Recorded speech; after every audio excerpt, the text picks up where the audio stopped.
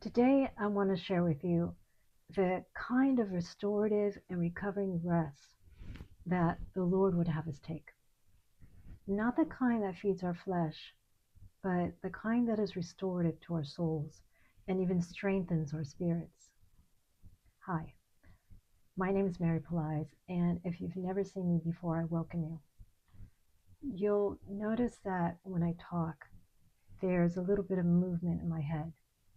That's from a condition called cervical dystonia. I don't like to let it stop me because I've come to know and experience that God can and will use each of us right where we are. And that's what this channel is about.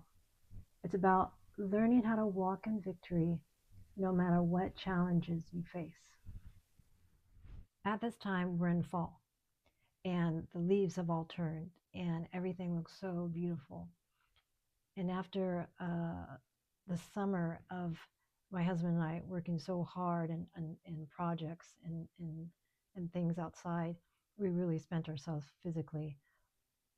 And after some time of also being highly disturbed over what had taken place in our nation, and it seeming as though evil's gotten to be more and more bold, I found myself personally not only just going more and more to my prayer closet, but also being in certain kind of activities and rests that are calming to an anxious mind.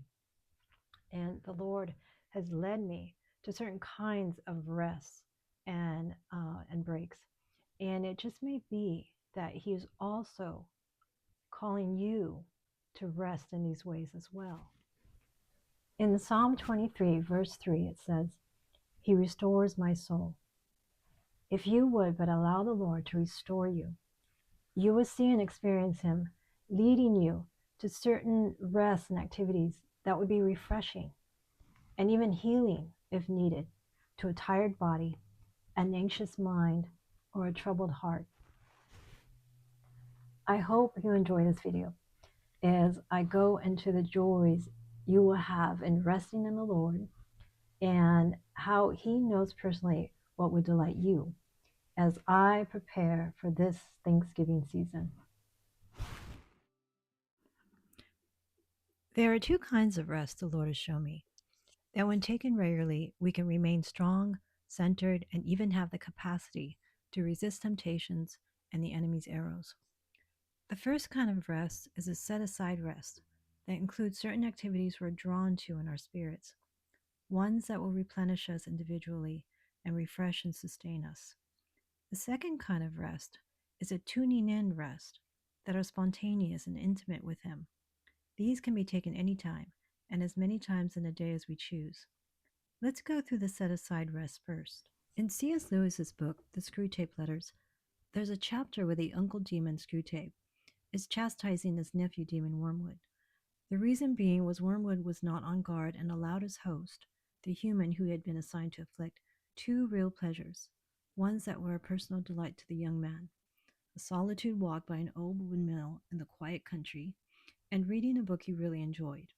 The reason Screwtape saw this as a threat, and even detrimental, was that by allowing his host two real pleasures without any agendas, like reading the book to make clever remarks to his new friends, he instead simply enjoyed being in activities that brought him real pleasures that were restorative and recovering. It's certainly not anything the enemy wants for us. He wants us stressed out, overworked, overambitious, striving, weary, and eventually burned out and discouraged. God the Father, on the other hand, wants us to be free and to engage often in real pleasures.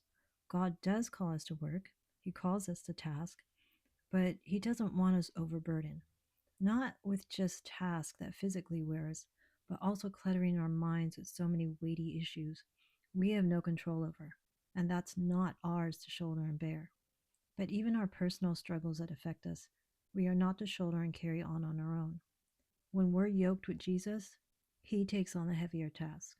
When I am overburdened and carrying in my heart and mind concerns and situations, the Lord reminds me in His Word with promises, like Psalm 138 that says in verse 8, "The Lord will perfect that which concerns me."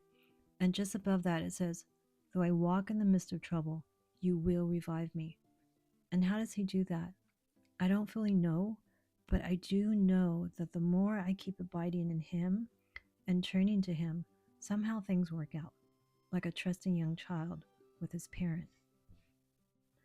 Sometimes we make ourselves so weary because we are dedicated to our roles and in our responsibilities that we unknowingly burn ourselves out without realizing, by never truly taking a rest. The rest the Lord will lead us in will be restorative and recovering.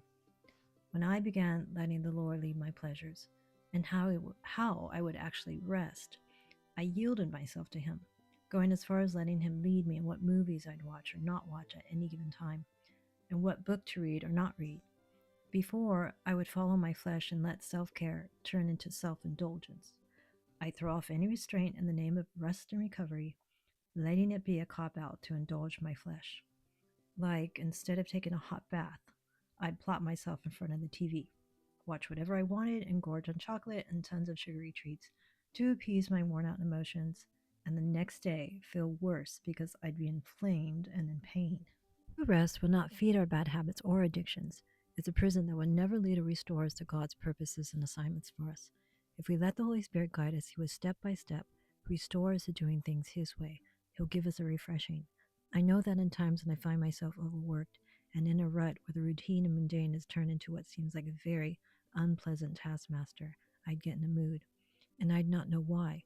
Times like that, I'd turn over to the Lord and ask him for help, and usually he'll reveal to me that I need a respite from the endless tasks and the constant daily responsibilities. From there, he would lead me in how to go about the respite he's wanted me to be in. Sometimes, because he knows I take great delight in books or movies, as I stated before, he'll lead me to read a certain novel instead of a learning book that I usually will read, or instead of listening to or watching a sermon, he'll have me enjoy a certain movie. One weekend after many weekends of my husband and I working on what seemed like endless backyard projects that I was growing weary from, I was talking to the Lord about it, and in that same weekend, our oldest daughter invited us to go with them to a certain farm to spend the afternoon on a spontaneous whim. Instead of choosing to spend that Sunday as a couch potato, I urged my husband we should go, and we went. It was the end of the summer, and most every day was hot, and not many people had fall fever yet, so the place was not crowded at all. But that day, the weather was even cooperating. It was cool and breezy with a little misty showers, and it turned out to be a glorious day with picking blueberries with my husband, sitting on rocking chairs, overlooking the farm's landscapes. It was so restorative and recovering to my tired body and mind. I felt like it was a gift from God, one I didn't have to arrange. And the Lord knew how much I love nature and outdoor scenery, and how much I take pleasure in them. You see, no one knows our individual delights the way our Heavenly Father does. As a man, you may take pleasure in hobby projects, but man, woman, or child, he knows your personality, your needs at the moment, and he knows exactly how to restore you to a place of physical, emotional, and mental health. He'll lead you to activities you've loved but haven't done in a while, or to new hobbies you never saw yourself doing and enjoying, or to just sit and watch the clouds, or be with your favorite hot drink and listen to your favorite genre of music, or lead your hands to work its gifted craft, or he'll orchestrate a spontaneous outing, like he did for me at the autumn farm and picking blueberries and enjoying the scenery. The second type of rest the Lord brought my attention to and helped me see was the tuning in kind of rest. This is where, throughout the day, we tune into the Lord in spontaneous and in much needed moments. He knows me, and he knows you on such a personal and deep level. He knows what's going on with you at any given time and the amount of strength you have left. He knows your breaking point and how close you may be to it. And the whole while, he is desiring and waiting for you to simply tune into him. No long, drawn out prayers need to be said, but simple pauses in your day will do.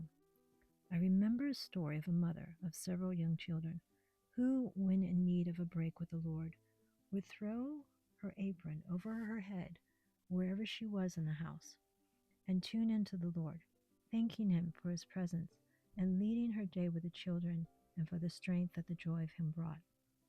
And the children knew not to interrupt their mother as soon as they saw her under that apron. After a few refreshing minutes of being with the Lord, she resumed her role and duties with the house and children. And as a result, the children had a sustained and healthy, well-rounded mother who is able to carry on with the ministry the Lord put her in with that house and the children. Whatever your line of work is and how your days are filled, the moments of tuning into the Lord and acknowledging His presence can do more for you than any long vacation or weekend getaway can do. And there's time for those too, of course. But I encourage you, take the next few days and tune in to the Lord, acknowledging and thanking Him for His presence, and reach out to Him for anything you are needing at that time, be it encouragement, strength, understanding, wisdom, help with a work project or situation, any kind of difficult situation or person, or even your own attitude towards your current job and role. Do this and see if you're not positioned in a place of being sustained, guided, and strengthened by His help and care. Not only does tuning into the Lord during our days equip us to press on and be successful in our roles and responsibilities, but it also changes us. The more we tune into the Lord, which is basically abiding in Him, the more we bear fruit, and the character of Christ is being cultivated in our personalities. Tuning in and taking 2 to 5 minute rest with Him will do many things. It'll recenter you, replenish you, and refresh you. It'll re-energize you and strengthen you, and it'll keep you focused on Jesus and pull your focus off of the struggles and negativity this world carries. I want to pray with you at the end, but first I want to share with you something that Corrie ten Boom said during an interview one time. This remarkable woman, who at the age of 82 was traveling the world and preaching, and it was asked of her, "What is the key to your energy?" Her reply was, "Look down and be oppressed. Look around and be depressed. Look up and be at rest."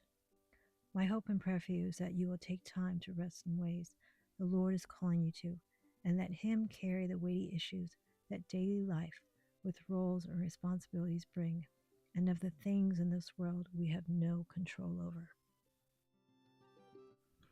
Lord, for every person listening to this, you have called them to true rest and to abide in you daily. Help each person to take time or moments to be engaged in restorative activities and to simply have their minds renewed with a healing and strength that your presence and your word brings. Let the joy of your strength revive them as they enjoy the goodness of life that you desire for them to enjoy. Thank you, Father, for the reminder and the assurance that you take great pleasure in seeing your children rest and enjoy themselves for no other reason than to take in your goodness. In Jesus' name, amen.